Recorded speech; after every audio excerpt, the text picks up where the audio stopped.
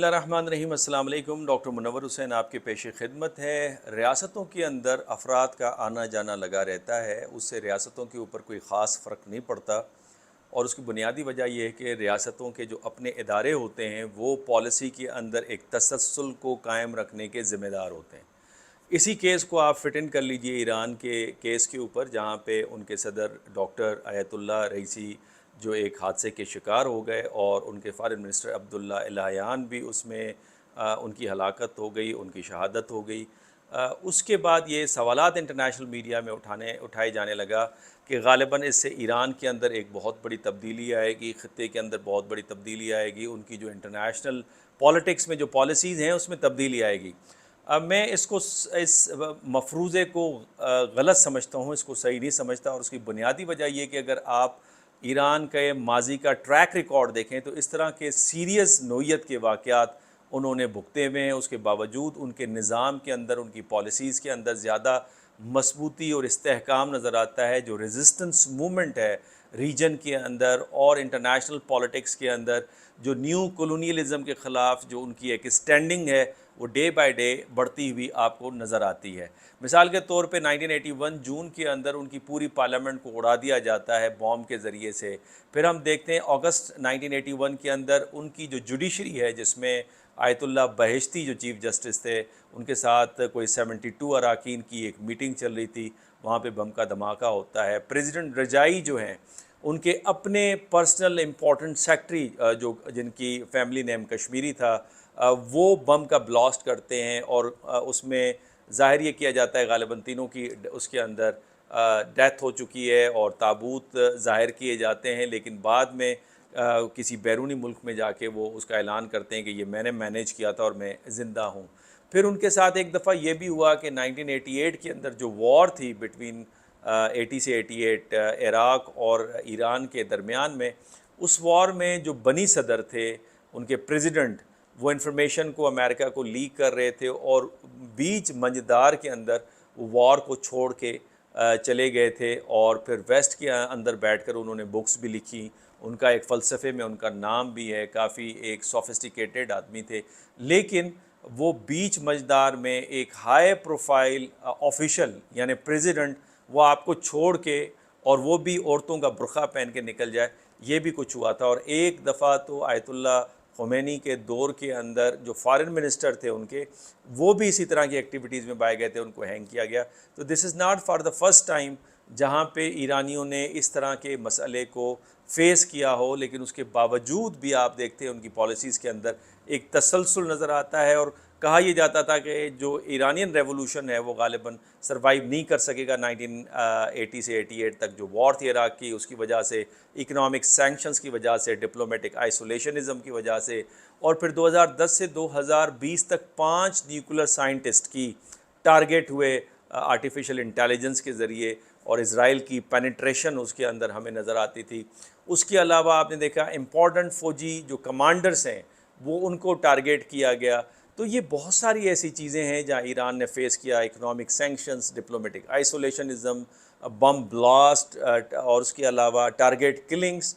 लेकिन ईरान की जो पॉलिसीज़ हैं और उनका जो एक कॉर्नर स्टोन है उनकी पॉलिसी का, जिसमें फ़लस्तीन का इशू है और एक रेजिस्टेंस आपको नज़र आती है कॉलोनियल स्ट्रक्चर के ख़िलाफ़, उसके अंदर आपको एक कंसिस्टेंसी नज़र आती है। तो टू बिलीव कि इस वाक़े के बाद ईरान की पॉलिसीज़ के अंदर तब्दीली आएगी, अब कोई लिबरल आएगा या फिर कोई कंजर्वेटिव प्रेसिडेंट आएगा, कौन आएगा? ज़्यादातर लिबरल्स के चांसेस हैं और ऐन मुमकिन है कि ईरान की पॉलिटिक्स में कोई फंडामेंटल तब्दीली हो। मुझे इस तरह के आसार नज़र नहीं आते और जब भी इस तरह के वाक़यात होते हैं, हमने देखा है कि इंटरनेशनल मीडिया जो है वो इस तरह की पिक्चर को पोर्ट्रे करते हुए नज़र आता है, जहाँ पे ये लगता है कि ईरान के अंदर जो है बहुत बड़ी तब्दीली आएगी।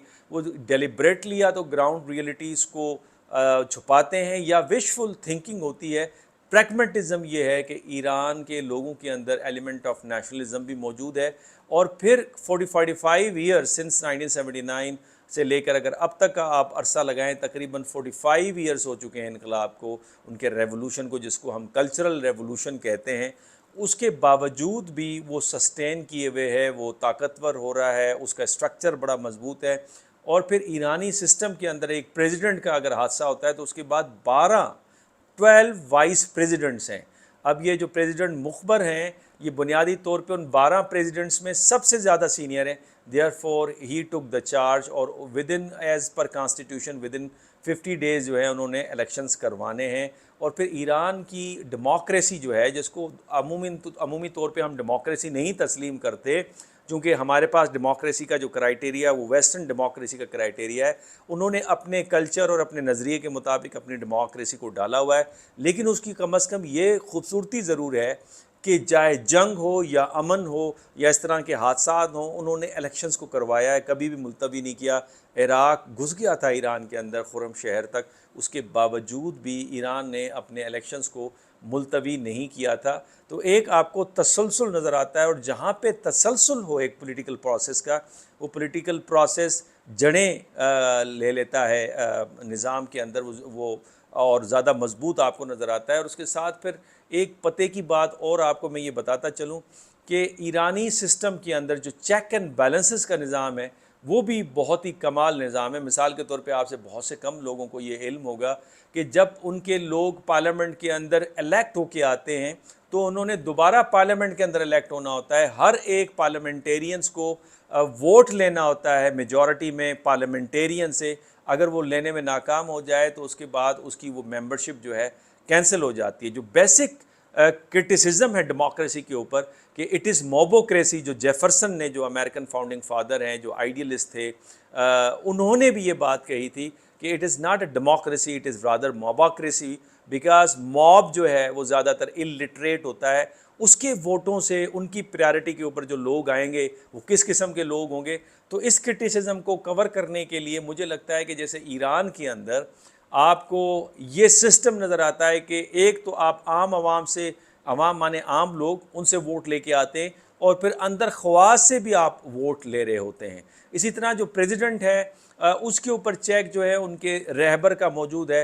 रहबर के ऊपर जो चेक है उनकी जो मजलिस है या उनका जो ग्रुप है, एक ग्रुप मेंबर्स हैं जो कि रहबर के ऊपर चेक हैं।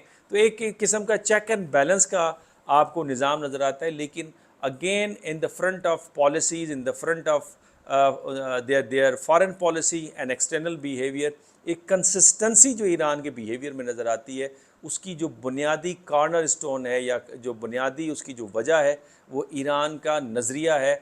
और अगर एक शख्स चला जाता है, जिस तरह से अब बातें हो रही हैं कि ये मुमकिना तौर पे आयतुल्लाह ख़ामनाई के नाइब थे, यानी उनके बाद इन्होंने चार्ज संभालना था, तो इस तरह नहीं होता। उनके पास बहुत सारे ऑप्शंस अवेलेबल होते हैं और बहुत सारे अहम की जो रोल थे लोगों के, वो या तो गद्दार साबित हुए।